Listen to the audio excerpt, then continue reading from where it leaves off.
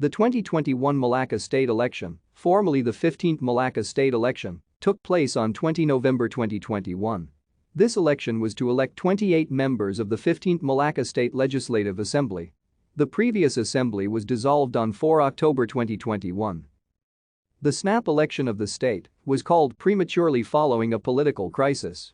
It came after 4 members of the assembly who had previously supported incumbent Chief Minister Sulaiman Maryland Ali announced a loss of confidence and withdrawal of their support for him on 4 October 2021. They are former Chief Minister, member of the State Executive Council, Sungai Udang MLA Idris Heron and Pantai Kundur MLA, Noor Azman Hassan from BN, Independent Exco member, Pengkalan Batu MLA Norhizam Hassan Bakti as well as Exco member, Telok Mas MLA Nur Effendi Ahmed from PN. Malacca became the 4th state in Malaysia that did not hold a state election simultaneously with the general election after Sabah, Sarawak, and Kelantan.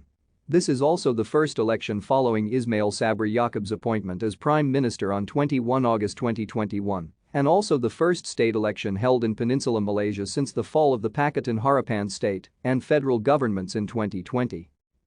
This election is unique because it features 2 major coalition parties in the government, namely Barisan Nasional and Perikatan Nasional, contesting with each other after BN, through UMNO, has stated that it would not cooperate with Perikatan Nasional led by Parti Paribumi Bersatu Malaysia. Thank you for watching.